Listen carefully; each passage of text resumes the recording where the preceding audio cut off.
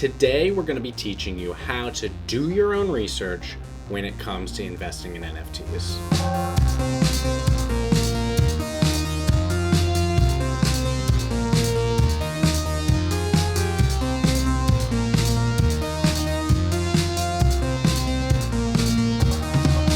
Hello everybody, I'm Jeremy from NFTsUnlockd, and on today's episode of Recipes for NFTs, we're going to teach you how exactly we like to do our own research before we invest in a project.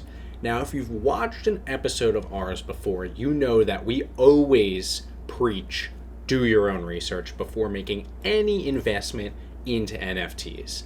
And at NFTsUnlockd, we like to practice what we preach. And today, we're opening the kimono and telling you exactly how we do our own research before we invest in an NFT. And that starts with, as you can see by my screen here, Twitter.com. Now, Twitter is, aside from Discord, really the playground for NFTs. Every project needs a Twitter. There's a million Twitter influencers, and we're going to highlight a few in a second, that like to talk about NFTs on Twitter. And it's essentially, besides Discord, the biggest place for NFT investments and research. So this is the NFTsUnlockd Twitter feed right now that I just refreshed. Feel free to hit us a follow on Twitter if you haven't already. And we follow a bunch of different projects and a bunch of different influencers in the space.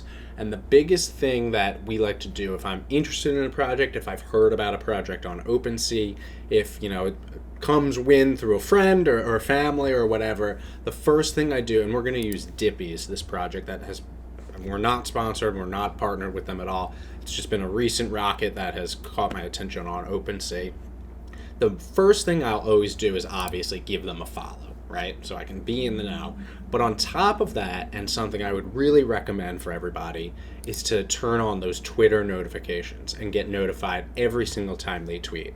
Because you never know, if it's pre-mint and you're looking for a whitelist spot, you never know if they're going to be doing a contest or if they're going to be announcing something. Maybe you don't know the mint date yet. You want to be the first to know and turn on those tweet notifications. I think on the NFTsUnlockd account, I probably have over 25 accounts with tweet notifications on, but it's the best way to be in the know and to, know information first. Now, I just thought I'd take this time to highlight a few NFT influencers in the space. Another great idea, Punk6529 here, 286,000 followers. Just about everybody, half of the people I follow him as well. He's very famous for doing Twitter threads, which if I could find one quickly here. And he just really breaks down NFTs and the Web3 space, and he's incredibly knowledgeable, pretty much world famous when it comes to NFTs, and he obviously owns CryptoPunk and kind of uses this as his identity here. Cosimo de Medici, we've talked about him before. He was, anonymous for a really long time. He was, a couple months ago, revealed to be Snoop Dogg. He has the Medici Minutes, which is an email list that I would suggest you join as well if you're into NFTs. He tweets all the time, and not as Snoop Dogg. It's kind of separate from Snoop Dogg, but now everybody knows who he is, so there's that as well. Chris Modern is another person we wanted to highlight. He is a big Links DAO guy, which we've highlighted before. You can see he has a verified doodle as his profile picture here. He's a big guy that we like to follow. I just wanted to shout him out. Again, none of these are paid for. These are just people we like and wanted to share the information with you. Nate Roth, another one. He owns an MFer here, which is another big project if you haven't heard of it already.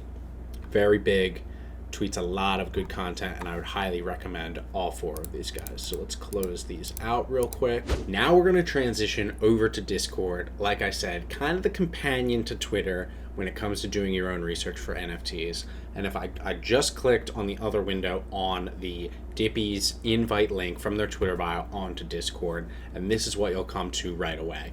And as you can see, funny enough, in the top left, I've already gotten 2 spam DMs about Dippies.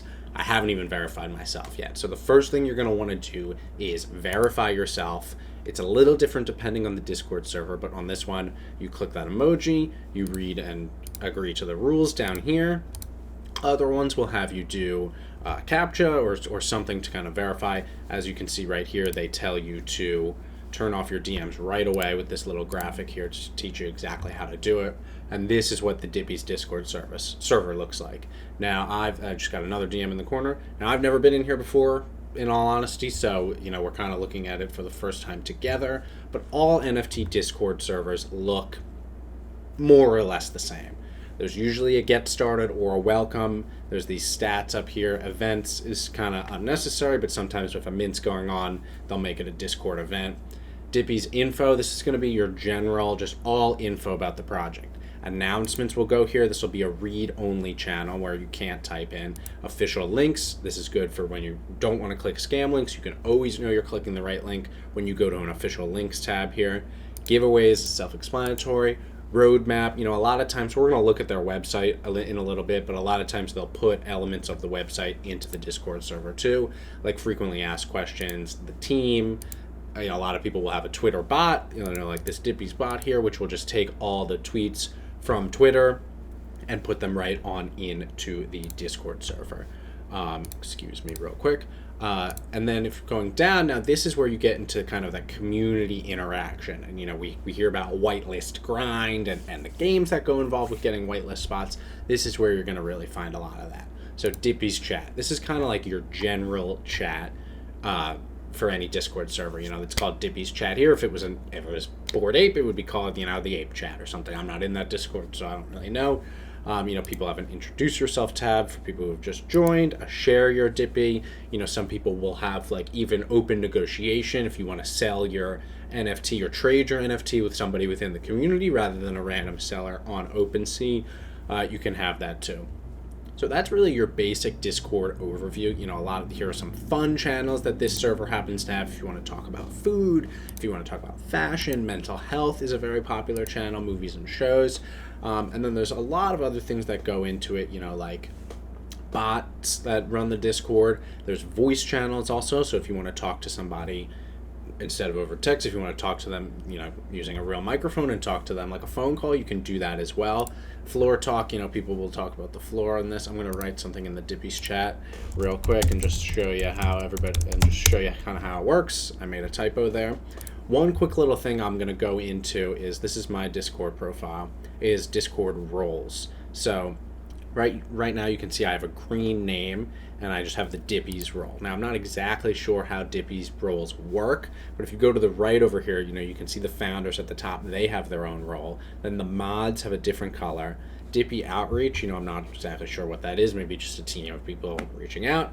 Event Masters, they have different things. Verify Dippy. If I'm a holder, I can go through a bot here that would verify through my OpenC wallet, make sure that I have a Dippy, and then it can give me this little special role that's over there. So in each Discord server, they're going to have a bunch of different roles. I'm just a regular green guy because I just joined, but purple means you're a holder.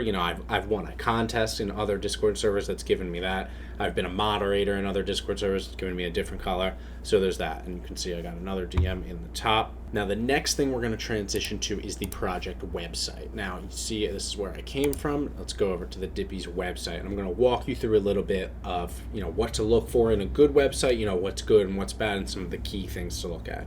Again, I'm experiencing this with you. I've never been to the Dippy's website before, but it looks nice. It looks very NFT. They have a nice little video here that you can play, which I'm not going to show you the whole thing. A lot of people will have a backstory and kind of explain the lore of their project and, get people invested into, kind of the fun little story that's behind it. After you get through that, these are just some examples of the Dippy's, I guess, here.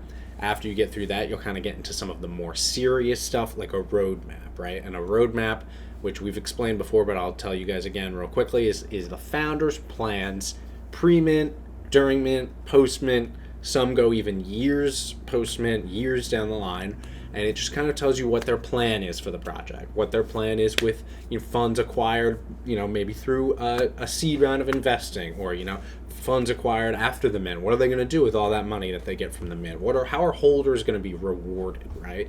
So this walks you through that. You can see pre-launch here, community first approach. Maybe that's something you're looking for in a project. I'm not going to read every single thing here. Exactly, it's 3 ETH sent straight to your wallet, so they have some kind of rewards for people who are minting. 25% of all second market royalty. You see that a lot with founders wanting to take a percentage of the secondary market. They're already taking a percentage, so it would be a percentage of their percentage. Obviously, the holder of the NFT gets the rest of that.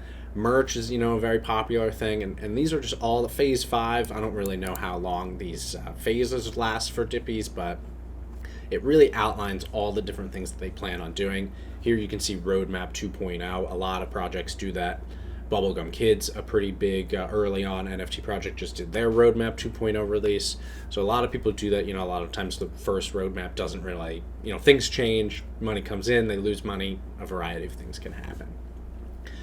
Frequently asked questions is another common thing. People come and just want to see what kind of blockchain it's on, so they'll go to that, or the number of tokens. Now, another thing is we always say make sure you have doxed founders. Anonymous people are always concerning. It means they could pull the rug and walk off with their money very quickly. So here's the founders page. Again, this is the first time I'm seeing this. So it looks like Sal is one guy who's been pretty fully doxed. He has a picture of himself out here, and this is his Twitter, and he posted his Instagram here too. I like to see LinkedIn a lot. LinkedIn is something that, maybe we could even get to it through here. Yeah, LinkedIn is something that I always feel like really makes me feel comfortable when I'm investing in a project. When I can see LinkedIn, I can see that they have other business ventures outside of being, an NFT sleuth, to put it bluntly. Let's look at Taylor. They're another founder. They have a website. So, it's just doing your due diligence like this and going through, and, sometimes it takes a couple hours, sometimes it doesn't. You might be sold a little bit earlier than this. Yeah, this is just her website again. Sometimes you might be sold a little bit earlier. You might not need to do hours and hours of research for a project. You might, be able to figure it out in a few minutes. Latency Labs, looks like they hired a company to do their developing, which, I don't have a problem with. And then they have an advisor who's a Bored Ape holder who didn't want to dox themselves either. Izzy Pollock. It's really just about going through these steps. Now I've seen all the information I can. Here, I can join the Discord if I want to. It's all about looking at these things and making sure that you're not getting yourself into a bad investment, making sure that what you want in an NFT project, which is different for everybody, is there. Okay, transitioning now over to OpenC Rankings. I'm on the Dippies page. We're going to stay with that Dippies theme throughout this video. I'm just going to give you the metrics of Dippies, and then we're going to go explore some of the charts that OpenC provides for just their marketplace activity as a whole, and kind of take you through there. So these are the core 4 stats that are displayed on every single OpenC NFT project. We talk about them a lot in Pass or Gas videos. Items and owners, we talk about that ratio. Are there a lot of people hold more than one? Are most people holding one? Stuff like that. Floor price, obviously everyone loves to talk about, very important. 0.4 right now. I'm a big fan of this art, by the way. The more I look at it, oh my god, and it just changed. I don't know how that just changed while I was looking, but now it's at 0.395, so it's going down. Maybe it's a good time to scoop in. And volume traded.